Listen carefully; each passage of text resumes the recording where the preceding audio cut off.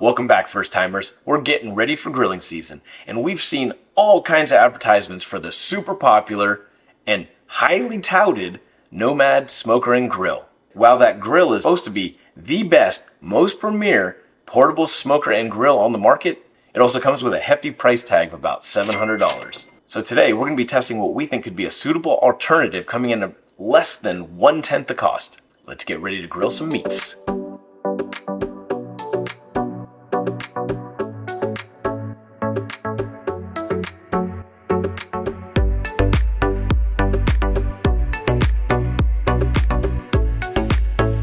So first, let's talk about the Nomad Grill.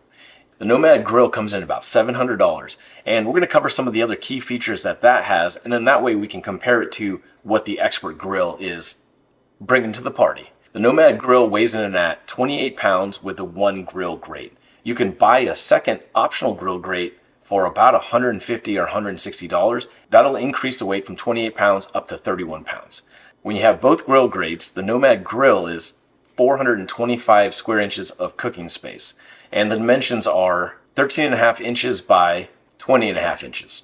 The box itself is made out of aluminum, and then there's an outer shell of anodized aluminum. There's also high temperature silicone strips on the outside to help it from sliding around and to protect the surface that you have the grill laying on. Also, the handle, the vents, and the latches, those all have the silicone protection on there as well. And then the Nomad comes with a really high quality thermometer built into the box. That way you can see the temperature on the inside right from the outside. The grill grate itself is cast stainless steel and has hexagon shapes. It's also kind of unique because it has a dome shape to it. That way it adds extra strength and to prevent any warping at high temperatures. Now with that dome shape, if you're cooking anything like hot dogs or sausages, they could roll away.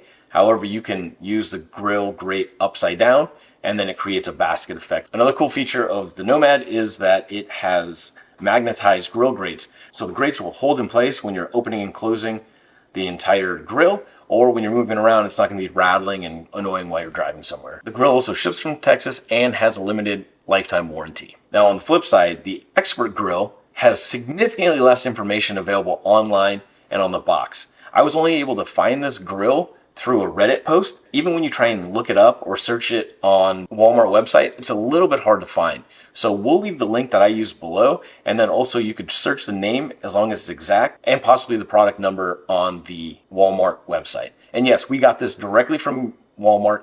It cost $68 after taxes. It was $72, and there was no shipping. Significantly less money compared to the Nomad. Now, some of the key features of the Expert Grill is that it is slightly larger. It is 16.3 by 21.1 inches, and that gives you a total cooking surface between the two grill grates of 442 square inches. And yes, this one comes with two separate grill grates. You don't have to buy an additional one, so you can be cooking on both sides. The Expert Grill also comes with a 2-year limited warranty, and I don't think it ships out of Texas.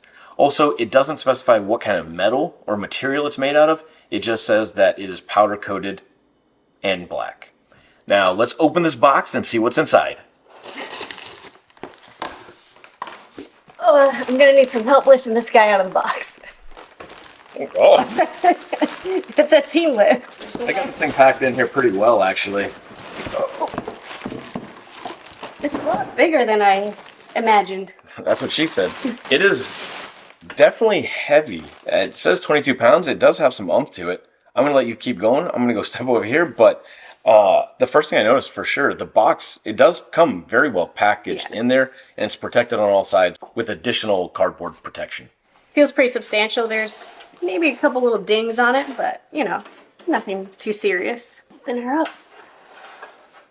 More packing material on the inside, some instructions and some important information on how much charcoal to use. Inside the grill, once you open it up, you're going to have a couple of boxes in there. It has your handles and then some handles for the vents that you're going to have to install. So you're going to need a screwdriver for that. Overall, the construction is a little bit different than the Nomad. This one is a powder-coated steel, it looks like, and inside the box is also a powder-coated steel. The grates themselves aren't magnetized, but they do snap in, so they're not going to be shifting around on you while you're toting it around. And then also on the bottom, there's no silicone, so They kind of have like hard plastic legs on this one, so it slides around a little bit. There's also no built-in thermometer, so you're going to have to find another way to monitor your temperature. All right, we got this thing put together really quickly. The vent handles just screw right on. One of them was kind of cross-threaded already, so that was a little bit of a pain. Handles went right on, no problem. While we don't have a Nomad grill to compare this to, from all the reviews that we've seen of the Nomad, that one really is a cut above the rest in terms of build quality and capability. We're not saying this is going to be as good as that. It is 1/10 the cost. You can tell that the inner box and the outer shell are pretty thin. It is a steel, but I don't think it's going to insulate that well to keep temperatures high. Without a thermometer on here, there's really no way to tell. But also one thing that we did notice is there is a lot of smells coming off this thing. So kind of chemically, maybe it's the paint, not sure. It does kind of put off a little bit of a noxious smell. The instructions do recommend that we season the entire grill for an hour to an hour and a half, and we're definitely going to do that. Yeah, we want to burn off a little bit of this chemically smell. So we're going to get a fire going. We're going to get this thing seasoned. That way we can cook tonight for dinner.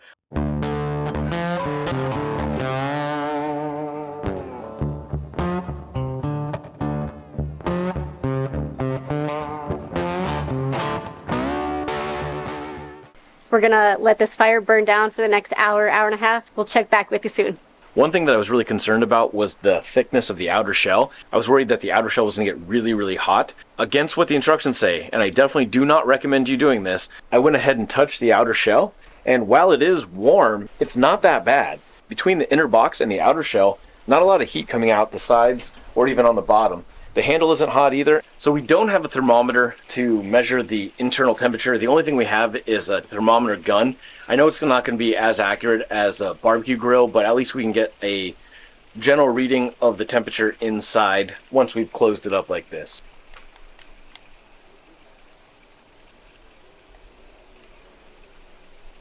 So we're looking at over 500 degrees